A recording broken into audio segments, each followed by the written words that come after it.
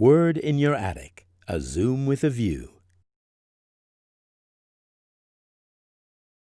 We're delighted to be joined for Word in Your Attic by John Wilson. John, how are you? I'm very well, David. Thanks very much. God, Mark, haven't seen you for so long. I know, I've not seen you since the Paul McCartney master tapes about 4 yes. years ago, which was fantastic. Course. You were there, weren't you? Oh, yeah, where he invented a song just playing with 2 fingers. Do you remember? He said, I can write songs immediately and spontaneously. Anyone can do it. I can do it with 2 fingers. And it was fantastic. Yeah, and that was resurrected a few weeks ago. I had I was Radio 4 Extra asked for a 3-hour special, master tape special on the art of songwriting. So it was kind of, I think, what did we call it? It was the Master Tapes Guide to Writing the Perfect Song. So it was great because it was the beginning of lockdown and I just sat here and I made the whole thing myself. It's a 3-hour program.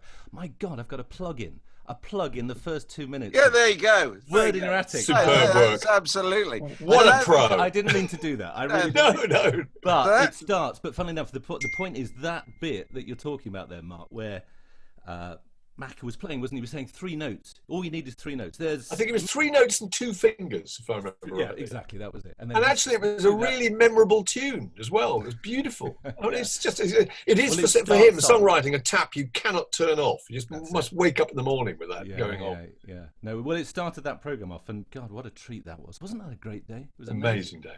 You weren't there, David, were you? No, I wasn't. I must have been away or something. So you appear to be in a studio, John, rather than your home. That's absolutely astonishing setup. It is my house. We moved. This is I'm in sort of between Camden and King's Cross. So if I kind of look out the window here, you can see all the cranes of the new development at King's Cross. Right. But we were up at Highgate where I had a shed in the garden, and I am now missing my shed really. Yes. So I've got this bit at the side of the living room, but it works. It's okay. Does the electric guitar ever come out for an airing? I assume it does. There it is. No, I can't play the guitar really. My son does. I play the bass. Oh, that's a bass. Yeah, there's a bass there. There's a Fender. Oh, yeah. I will still pick that up, the bass, and I used to be. Do you know, it's the only reason I wanted to come on this program because, of course, when I was in a band many years ago, we'd sit and watch Whistle Test, and the thought of talking to the two of you.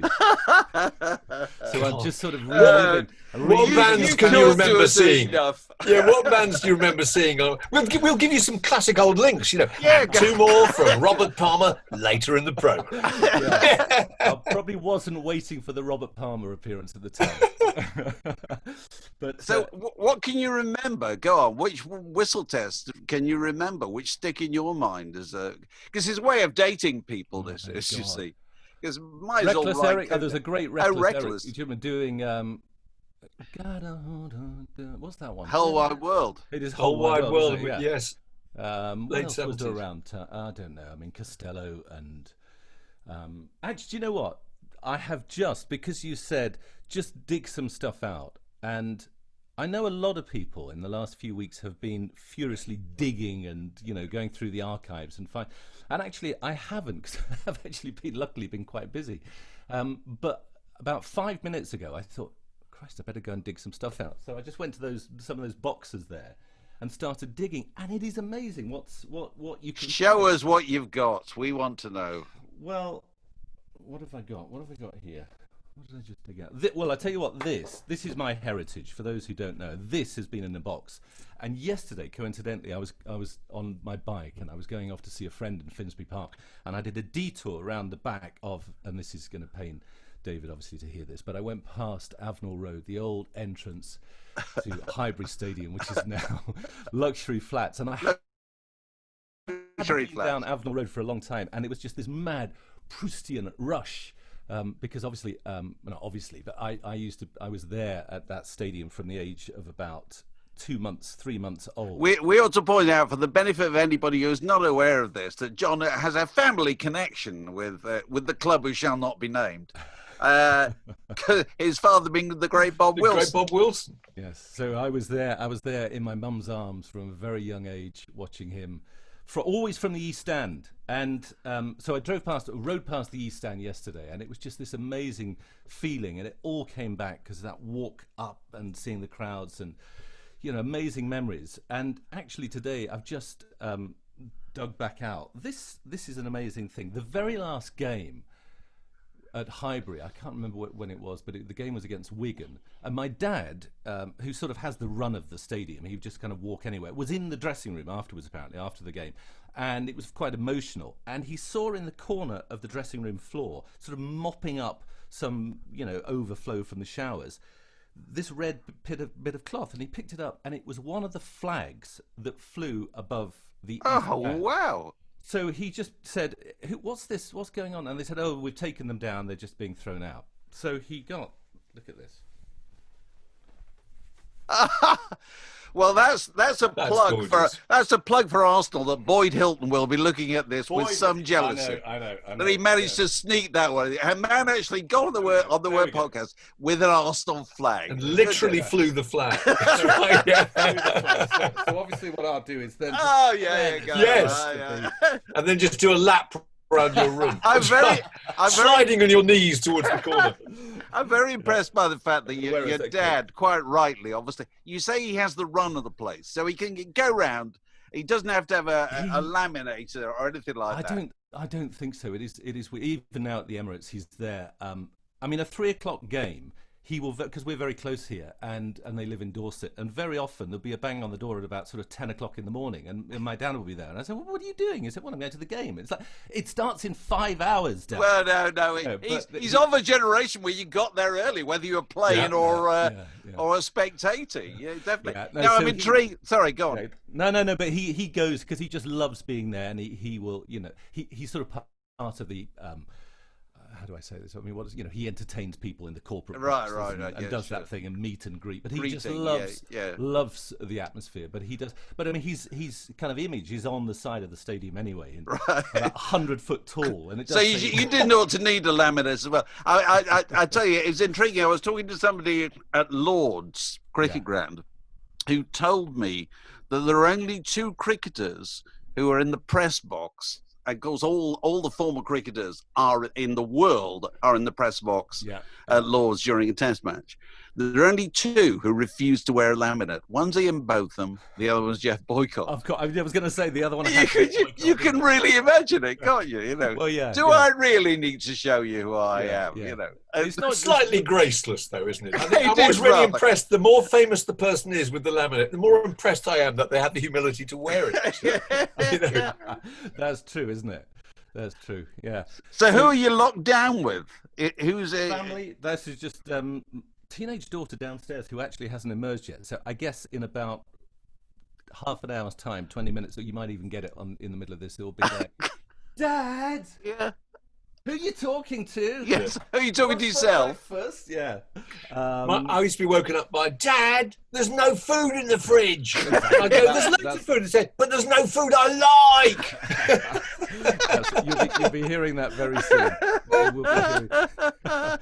So yeah, but this is the new normal, isn't it? It's really strange. And if I'm doing front row, I will sit here in the morning meeting, and the whole program is being made from home, really. Team of producers, as you both know, there's a great team of producers who are normally crammed into one office. Now they're all working at home. There'll be 1 or 2 producers in the office on the day, but we're still doing the program live from Broadcasting House every night, which is great. Oh, so you go there? I go there. I mean, I probably could technically, use this kit, and I've been given something which will patch me through to Broadcasting House, but it's nice going in. No, I bet it is. Yeah. There's a couple of times I've been leaving, actually, and sort of going in later than I would do normally, but neighbours have said, oh, wait, in the beginning of lockdown, when, nobody was sort of leaving the house, and there were a couple of times when I was leaving, and neighbours would say, where are you off to? And I say, well, I'm going to work. And they go, you lucky bastard. Yeah. It's like, you're leaving the house, you're going to work, So what time do you go in? Sort of 5 or 6 o'clock, something like that? I was doing that, but at the beginning I was doing 5 or 6 o'clock, but actually if I do it now, I kind of prefer to be in there. I find it hard to work at home. I just guess, I'll pick up the bass and, So what's it like going out in the world? Tell me. Dave hasn't been out of the house for 3 months or whatever. Well, I haven't seriously been out of the house. No. I've been around the block, but I haven't been in the West End. Well, we're relatively central, so I mean, do you know what? It's you've got to be careful what you say, because parts of it I think have been wonderful for certain people, and obviously you're very aware. I can cycle into the West End and cycle down to the river and do the government prescribed hours exercise and just be down and round, and it's just amazing that you can see the city and see parts of London that are just serene. And you see the way, what I've liked is seeing the way the city kind of links up, the commercial district and the market, and there's the money, and that's the, where things were made, and you can almost see the old medieval plan. The old city, yes. The old city. It's really interesting without having to dodge cars. But I mean, that's all changing now. But yeah, it's a friend of mine who lives in Soho I was talking to yesterday, and he said he's been out every night at about midnight and just walked around, so 11, 12 o'clock, when it's normally rammed. And he just said he's really relishing this very small time, because he knows it's never going to be like that again. No. One of my abiding memories of going into the West End when there was nobody there was there were lots of little family groups of mums and dads and the tiny children aged 5 or 6 on bicycles cycling down, Oxford Street and Piccadilly Circus and Trafalgar Square. You'll never see that because it was the safest place to be, because there was absolutely no traffic. So 5-year-olds cycling around the centre of London. Yeah. Amazing. Well, that's happened though, hasn't it? I mean, I've noticed there's a lot of families who are obviously teaching and using the lockdown as an opportunity to teach children how to ride bikes. Yes, that's true. Been really that's interesting. True. Really interesting. Yeah. Around Camden, where you wouldn't normally, I take my life in my hands when I'm on my bike around Camden, but there have been some benefits, haven't there? Mm. But so this is the other thing. I've literally just dug out the box. I did this interview with Bowie in 2002, which, when he died, we used again on Front Row.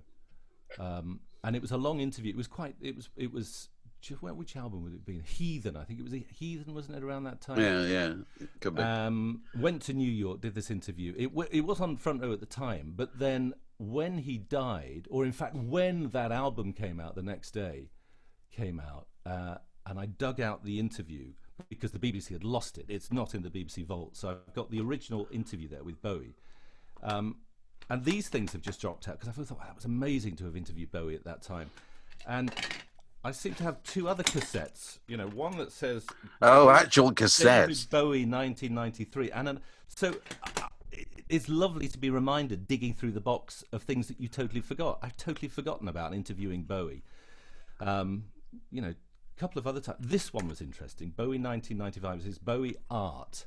And he had an art exhibition in Cork Street in a really reputable gallery, and he turned up and the PR had said, come down. He's not doing anything, but because I was doing art stuff for Radio 4 at the time, probably on Kaleidoscope that you both used to be on. It would have been Kaleidoscope. And the PR said, look, we're going to persuade him to do one interview and we want you to talk to him. And so I went down really excited. Got there, packed, glitzy, glam event, loads of champagne being handed out at the door, and I was sort of very nervous and, God, I've got to talk to David Bowie about art. And the PR came over and said, really sorry, David's not doing anything. I went, okay, fine. So helped myself to a bottle of champagne. And I know what's going to happen now. This is the mistake. Yeah, and we're just halfway through your second one when he said, I'm ready to talk. He's ready for you now. Exactly that. I remember sitting with Jeremy Deller, Turner Prize-winning artist. And right.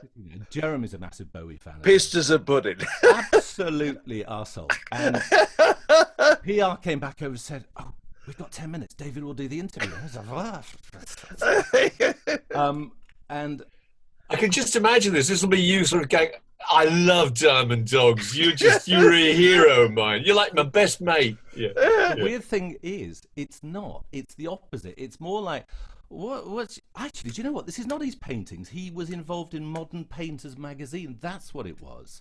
There was an art magazine, and it was a sort of very old-fashioned concept that David Bowie, this very forward-thinking man who was already, riding the waves of the internet, was a director on the board of a painting, a magazine, not only a magazine, printed on paper, but it was about painters. Yeah. I remember, the proof is here on this tape.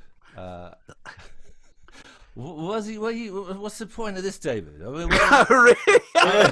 Well, you're picking a fight. Who cares about painting? I preferred it when you were a chameleon. It's really stand-up chameleon. So you must get a lot of this because, I mean, you interview more people than most. And we were talking to Paul Denoyer in one of these things a few weeks ago, and he's bequeathing his archive to there's the Paul Denoyer archive at Liverpool University. Good. And he has to decide whether to let them have his interview tapes because he finds them mortifyingly embarrassing to listen to. You know, that when he hears them back, he thinks, you know, it's particularly in the nature of kind of interviewing rock stars that you kind of have to desperately warm them up so much, don't you? That you end up sounding really sycophantic without meaning to at all, you know. But you know. But is that a print thing though? Because it probably is. I think they raise their game. I mean, there's two things. If they know they're being recorded, I think you know even the ones that really don't care how they come across, I think subconsciously something kicks in, you know. And as you know, those people who are always deemed to be the worst interviews, you can't put them on live. Oh no, they'll just be all over the place. You put them on live and they're fantastic and articulate and concise and, you know, insightful in a way that they wouldn't normally be if you pre-recorded the interview. Then you do one step further back, and if you're doing a print interview, you know, maybe that's why they're very reluctant at the beginning, because I think the adrenaline kicks in with the live. Yeah, I'm sure you're right. But also, if it's a broadcast interview, your voice, you know, your voice is going to appear on radio too. Yeah. So you're probably being very cautious not to. Yeah. But you know, print interviews. Dave and I have been through this a million times. You sound ludicrous. Yeah. Real laughter, desperate attempt to keep the ball in the air. And also, they're very often whatever they're saying has only just passed through their mind. Seriously. If you want to know what a rock, I've been noticing this recently. If you want to know how a rock star thinks, watch Donald Trump. Because when Donald Trump says a line that he thinks goes down well, he says it again. He says it again, repeats it straight away. Immediately repeats it. Yeah, because it's clearly the first time he's thought of it. Yeah. And he's heard it coming out of his mouth go, oh, yeah. That sounds likes good. the sound of it. Say that again. He repeats it and then follows it up with, and a lot of people are saying this. A lot of people believe this. So, of all the many people that you've interviewed, who proved to be the greatest surprise when you put them in front of the live microphone? You know, who was a pleasant or unpleasant surprise? You can go either way. I remember being told that Plan B he just had that first single, and he had been on Radio 1 a couple of times. It was totally inarticulate. And I remember he came on front row, and he was just one of the most interesting, charming, really passionate people that, you know, I didn't expect. But surprises, I don't know. I mean, the Bowie is always is a highlight for me, because it was he was so cool and he was such a gent, you know, and I was kind of really nervous. I didn't really know, and I was there by myself in New York. There's no producer. It hadn't really been planned out properly, and it was in. I remember it was in, I think probably what is Meatpacking, so that bit between Meatpacking District and Greenwich, and it was a lot of old warehouses there, and being told to go to this address.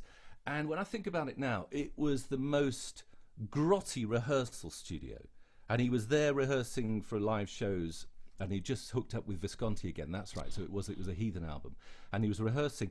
And I remember sitting at this, I was going to say the reception. There was no reception. It was sort of the entrance into the room where the amps were set up. And he walked in a baseball cap, and in fact I've got the photograph here, baseball cap and black t-shirt and jogging pants with a cup of coffee. And as he walked past, he went, "John," and I looked up, and I just thought, oh, one of the roadies coming in, or, you know. And it was Mr. Bowie. And he was just absolutely cool, you know. And I said, "Oh, you've just been dropped off." He said, "I'd have got you a coffee. I didn't realise you were here already."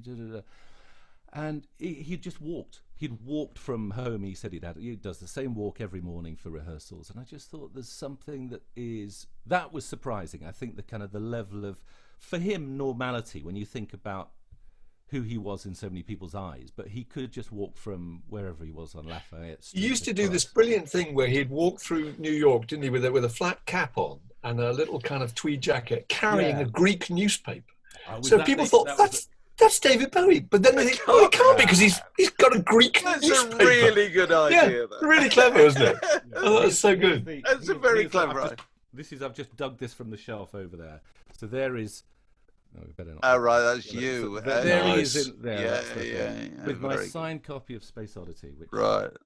No, like all these artists, you can see a million interviews with them on YouTube nowadays. And David Bowie, he never seems to me to be playing that game of trying to put one over the interviewer.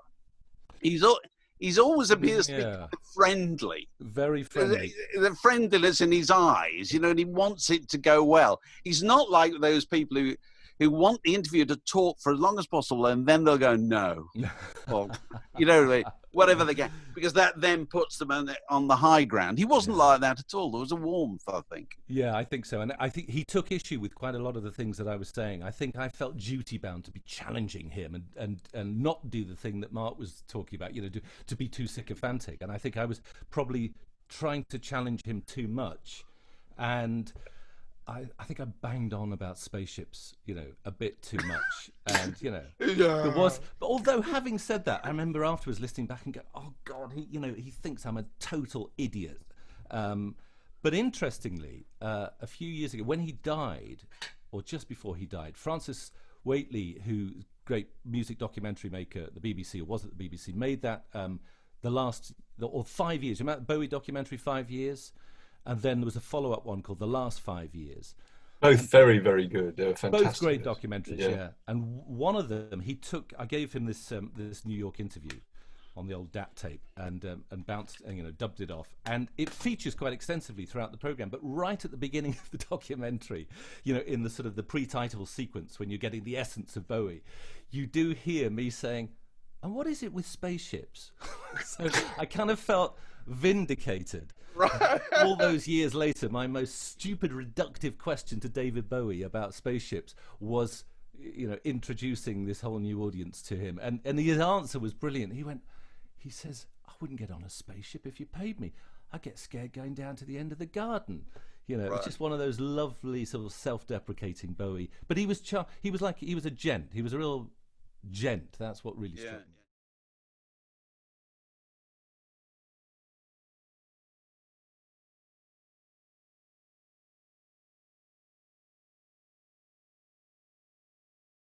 I mean, do you find interviewing, particularly rock stars? I mean, don't you find, I always find this, that you're trying to have some sort of professional encounter with them, but at the same time, you can't get over the fact you want them to like you. Partly, yeah. Some of do. I mean, all right, it wouldn't bother me with loads of people, but, you know, I don't know, Paul McCartney or whoever, you want them to like you because... And I think this particularly applies, I don't know if you agree with this, and if either of you agree with this, I think you can only hero worship people who were famous when you were a kid. Yes. Yeah, and also people who are younger than you as well. They've got to be, you can't, older than you. Sorry, well, you can't. That's what I mean. Yeah, sorry, yeah. So I can be enormously impressed by whoever's the new sensation, but I'm not going to feel about them the way you might feel about meeting Bruce Springsteen or Ray Davis or whatever. That's true. Yeah, the McCartney that Mark was at, that McCartney master tapes, there was a lot of pressure for that one, and there was a sense that he was doing a big interview in the way that he doesn't do very often. You know, he's not that expansive very often, as you both know in interviews. He's very guarded, but we got quite a lot of out of him. And I think I probably, at the back of my mind, all the way through, you know, I was probably subconsciously not wanting to piss him off at all. Although partly that's the job of the journalist. At some point you're going to have to ask the difficult questions. And, you know, most of them for Master, I've got to say most of those guests for Master Tapes, I think because it's an audience of fans there, and they're in the Maida Vale studios, which is a wonderful place to make music, you know, there's a lovely atmosphere there. Most of them, I would say, have loved it. You know, they've just been... They've loved being there, and the interviews have been great. And there's been one exception. One exception. Go on. Pray tell. One guest who, oh God, it was. Am I allowed to say it? Okay, right. And maybe I won't say everything that happened, but Georgie Fame was a pain in the ass. Oh, I agree. Oh Lord, you would never expect that. Well, I never. You would not expect it. You wouldn't expect it, and. Would it not be fair to say that Georgie Fame should have been extremely flattered that you'd wanted him on? I don't know. I mean, yeah, great. Georgie Fame, great artist, made Great artist, but he didn't. But yeah, in a way, Mark, because he didn't really fit the bill of master tapes, which is kind of about songwriting and the craft of words and music. And of course, what he was doing is mainly cover versions of R&B things that were only just. But it was a moment in time, and and what we did is manage to reunite the Blue Flames with him, because we did the Live at the Flamingo album, and got 3 of the Blue Flames together at Maida Vale, and they hadn't played together apart from a couple of reunion things many years before, but they hadn't played together for 40 years or something, even more. And he just, not even that seemed to please Georgie. Did he know that this was happening? Or was it a kind of, you haven't seen him for 40 years, you punched him in a dressing room and said, right. He the first thing was I turned up and my producer was looking ashen faced, and I just said, what's the matter? He just went, not happy. I said, what? Georgie's not happy. Georgie's not happy. Maida Vale has 2 Hammond B3 organs. Most studios don't have a B3 organ. Neither of them 2. Good enough. Neither. First one of the the middle C was sticking a bit, so got the other B3 out, and then that wasn't sounding good enough, so it was probably the Leslie speaker that wasn't working. Maida Vale have 2 Leslie speakers as well, so we just tried every combination of B3 and Leslie. Nothing was quite good enough. I mean, this thing sounded amazing, with Georgie Fame playing Green Onions or whatever it was at the time, and it sounded fantastic, but it just wasn't quite good enough. I think, in fairness, there's probably something that kicks in with Georgie when he is in the spotlight and doing a show, and I think it's probably it's the way that he expresses his nerves. I think that's very often the case.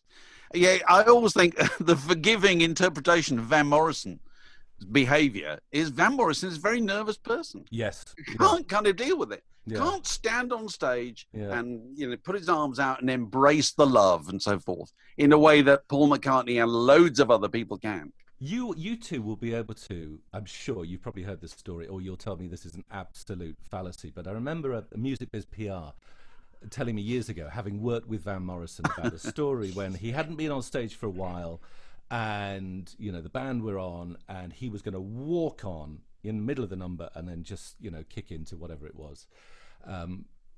And they were waiting by the side of the stage, and Van was very, very nervous, and the band were in full flow.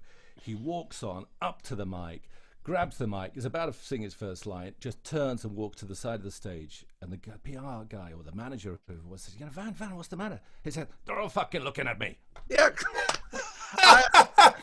I wouldn't be remotely surprised.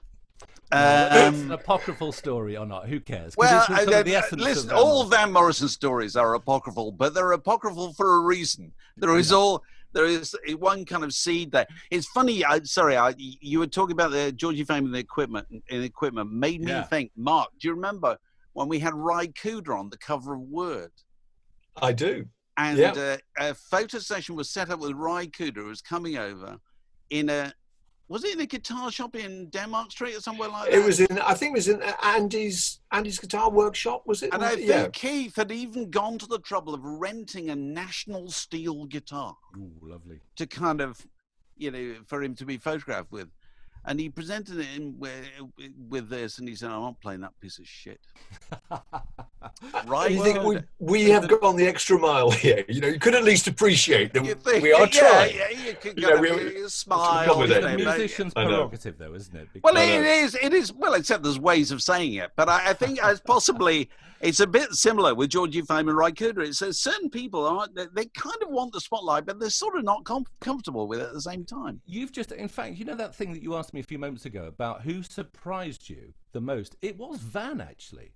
I interviewed Van Morrison. And he was charming. Last year, or the year before, maybe. And he took you out to a club. You went dancing. He's here. Yeah, he moved in. Boom. No, I had that thing. It was that jazz out. He did a jazz album a couple of years ago, and but it happened, of course, to be 50th anniversary of Astral Weeks. And PR said, look, we've got this interview with Van, and I was doing it for the Today programme, in fact. So it was a Today programme interview. So obviously it was going to have to be very, very concise, 4 minutes at the most or whatever, 5 minutes. And I only had 15 or 20 minutes with Van, so that was going to be fine. But obviously what I wanted to do at some point was talk about Astral Weeks and 50th anniversary and the enduring magic and power of that album. And the PR said, he has to just talk about the jazz album. He's not interested in anything else. I said, look, but Kevin, it's 50th anniversary. Don't even mention the word Astral or Weeks. Just don't even go there. So I thought, well, this is going to be difficult. This is, it's not really what Today Programme listeners are going to want to hear. But anyway, so I went in and with the first question said something about his love, his well-documented love of jazz and the blues that he'd inherited from his father, and how he'd reinterpreted many of, I guess, the standards that he heard as a kid on this new album, but also had reworked some of his own numbers. And the very first answer, Van goes, well, for instance, we did a cover of The Way Young Lovers Do from Astral Weeks. And I said, which is 50 years old this year. Yeah, it is, isn't it? We then talked for about 10 minutes about how he recorded Astral Weeks. And it was amazing. And it was upstate New York. And, he talked about what was happening in the studio and whether, and I asked him whether he looks back at the album and how proud he is of it, and, and he said it was a bit of a burden around his neck, and he was a kid, I was just a kid at the time. It was amazing insight from somebody who is so famously curmudgeonly and refuses to look back. Yeah. And of course, this thing was, cut down to the usual 4 or 5 minutes on the Today Programme, and it exploded, Twitter. It was lovely just to see people go, oh my God, Van Morrison, talking and sounding charming and talking about Astral Weeks. So there are those occasional moments, aren't there? Which you must have. I was fortunate a couple of years ago. You must have visited Cypress Avenue in Belfast. Have you been there? No. It's very beautiful. I went on a gorgeous summer evening. Stuart Bailey took me there. He took me on his instant Van Morrison tour of the part of Belfast that he came from. Cypress Avenue, beautiful residential street. Sun was dipping down, and he said not long ago they had a concert in Cypress Avenue. Oh yeah, with Van Morrison starring, returning to the old burg, and here he is. Here's where the song came from. What's the only song he didn't play that evening? That's true. I've seen that show. It's still on YouTube, I think. He did not. Can you imagine not doing that? Because there is just a switch of awkwardness within him and thinks, no, I'm not going to do. It's too obvious, isn't it? I'm not going to do the thing that people want me to do. Did he do Madame George, though? I mean, probably the line about Cypress Avenue. That was actually. It might have been something as simple as that. That mentioned Cypress Avenue, been there, done that. Yeah. I tell you the other thing though. It's interesting. You talk about early records, and very often we underestimate this. That you ask an artist about a really early record, and very often what they remember is their personal circumstances at the time that they made it. That's true. Yeah. They remember the manager they didn't get on with, the former wife. Well, seriously, all that stuff, all those associations, which we don't have. Yeah. We have the association with the record, with the finished product. Yeah. But that's true of everything. It's true of working on magazines too, isn't it? Or working on programs. Probably that's the team. It's the combination of people in the office that you remember. It's the listener who's standing outside of it and sees it as a work of art. They've got no idea what you went through. Yeah. So you've moved. You say, did you ever?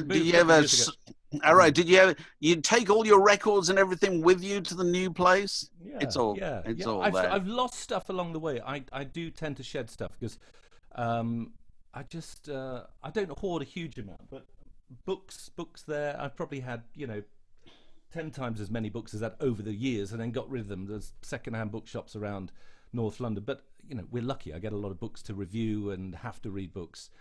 So not a huge amount. Records are just there. Actually, I just grabbed some from the shelf just over because. What you got? Come on, let's see them. Again, it was sort of what's in here that might be of interest, and there's a couple of things which I probably haven't played for years, but I just think is interesting in the physical. It's like that thing of what you were just saying about asking an artist about the recording of an album.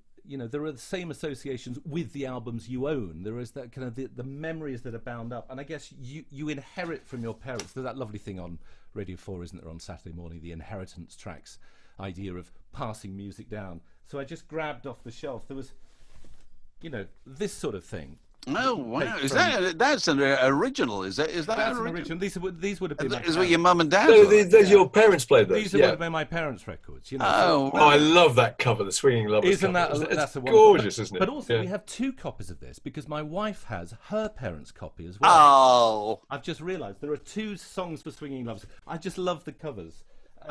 has well hers brought got her name on it? Has hers got her unmarried name? Because I've got odd records here, which my But you've wife. got- I tell you what, the Inscribed. interesting thing actually about buying records from second-hand record shops is finding those inscriptions, isn't it? Oh, And absolutely. who those people are. I've got, actually, I should have dug it out. I've got records over there. This goes back to Arsenal.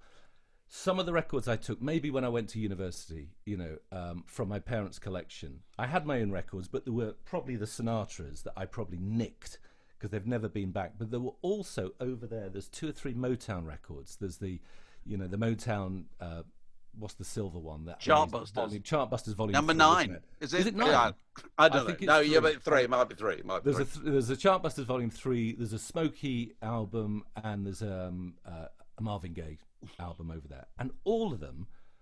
Oh God, I should have grabbed it. They are signed on the record by Pat Rice. Pat Rice, who played On the record. We're talking about on the sleeve, right. sleeve, and it says Pat Rice. For those who don't know, played left back or right back for Arsenal. He was, you know, one of my dad's, and still is one of my dad's best mates. They played for Arsenal together, and on the record is inscribed, "All good people should go to the aid of the party." And he obviously took these records to a party at my mum and dad's house And didn't want to lose them. in Enfield, in the little terraced house that they, you know, rented for nothing off Arsenal at the time. Oh, really? Wow. Yeah. Oh, yeah. You think about the money that was the difference in the money. It's astonishing. I mean, Yeah, talk to my but- dad about those stories. Yeah, It's yeah, amazing. yeah, you know. yeah. He's got the figures. It's amazing. But there is a stack of records over there signed by Pat Rice, but he's labelled them because he doesn't want to lose them. Just wanted the idea that there was a time when footballers, even to footballers, top-level footballers, 32 and 6 or whatever it would have cost to buy their record was It was a lot not of to be money. trifled with. You know, the yeah. notion that kind of sum even figures in the thinking Yeah, of a top-ranked footballer nowadays is just it's ludicrous. It's mad. It's mad. Yeah, I remember my dad saying when he retired after having won the double in 1971, he retired in 74. But then he was earning. Maybe I shouldn't quote the figure, but the figure is now the equivalent of, if you with inflation and everything, it's still about what the average wage today would be. Really? You know, as a footballer in the top flight, you are being paid, and maybe with a bonus for a win or whatever, so you add them up over the season, you're probably doing pretty well. But he was earning, I don't know, whatever it was, 20 grand or something. You know, it's the figures are now off the scale, aren't they? It's extraordinary. I was reading about Ralph Coates when he joined Spurs from Burnley in 1971. Yeah. First of all, they had nowhere to live. They put him in a flat not far from where I live in Southgate. They all live there. Absolutely. We lived out there, yeah. Well, yeah, there you go. You know, the flat had no phone, no television, and his wife from Burnley or whatever was there all day while he was off for training. Yeah. You can't believe it. It feels as if it's not that long ago. It's No. extraordinary. There's another. This has just reminded me of another story. I'm nicking all my dad's stories here, but I mean, he's a great raconteur. But a couple of years ago, 2 or 3 years ago, he had hip operation. He's had hip operation, knee operation, as with any ex-professional footballer. Of course, you know, they are beaten and battered and bruised for the rest of their lives. And he had a hip operation or knee or whatever, and he was having a scan, MRI or whatever it was, and the consultant said, "Oh, when did you break your leg? How did you break your leg?" And my dad said, "I didn't break my leg. He's broken every other bone in his body. You know, broken all the ribs and his nose and his, you know, fingers, arms, both arms. Never broke my leg." He said, "You did." And he showed him the scan, and there's a mark. And he said, as soon as he saw it, and as soon as he saw exactly where it was, the first thought that went through his head was Alan Gilzean. Alan Gilzean. Well, Spurs. I'll get him. I thought so. I'll get him. He said he went up for a ball in a Remember with you. really nasty, niggly North London derby in 1972. And he said he went up to catch this, and he said Alan Gilzean volleyed me, not the ball. He volleyed me. He went down. He magic sponge, obviously, back up. Played not only the rest of the game, played the rest of the season, and that was it. And he played for the rest of his career for a couple of years with a broken leg, and only found out it was broken, and that the extent of the injury 2 or 3 years ago. Oh God. Well, I hope he got a chance to take it up with Alan Gilzean before he passed on. I think he did. I can remember this thing about your pa. Didn't he have a little thing where he used to, before corners, he'd pull up his left sock, pull up his right sock, and spit on his hand. That's exactly. Am I right? There was something people always used to say, just watch what he does now. That's true. That is true. He would always do it. I can see it. Look on YouTube. There's probably some footage. He would always do that, and he would be bouncing around on his toes. He'd pull up his. That's right. I think, and whether it was a subconscious thing or it was a lucky, there was the superstition. We always had to line up by the front door as kids as he was going off to play, and we'd always have this routine where we would say, "Play well, keep them out. Play well, keep them out. Have a good game." It would be this sort of mantra. Really? Yeah, and it was just always, and we had to say it. It was, but yeah, it's lovely. There's another thing there as well. I mean, just that's probably the love of the Beatles started. Oh yeah. But what even that sort of stuff. Oh right, okay. You get the Peter Blake inserts, but what's lovely is that my daughter downstairs, who I can hear, has now just woken up. But she, because retro, vintage, it's so cool. So downstairs in her bedroom, she's now got my album covers on the wall, because they look cool. So she's got Dylan's Bring It All Back Home. She's got London Calling, The Clash, and what's the other one she nicked that looked good? I don't know. And then Harry Styles next to it. There you go. And the probably the same sort of thing for you. What did you have on your bedroom wall? Can you remember? My bedroom wall, it would have been originally. It would have been Debbie Harry, of course. And then, where's the other thing? Did I pull that one out? One of my first. Probably. Oh yeah, there we are. Probably the first record I bought. Oh, there you go. Plastic letters. Yeah, plastic letters. So it would have been Blondie. I don't think I would have ever put album covers on the wall. You didn't do that. No, you didn't do that. No, you didn't. You absolutely didn't. Can you remember where you bought that?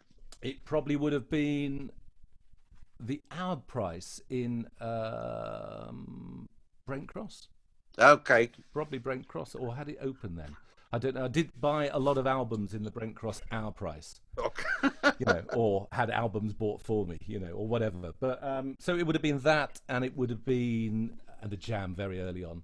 My mum's sister was at university at the time, and she was seeing she saw the Clash, and she saw the Jam and Costello, and she would make cassettes for me. And that was probably, I'd already got into Blondie, but then she changed everything for me with the Jam.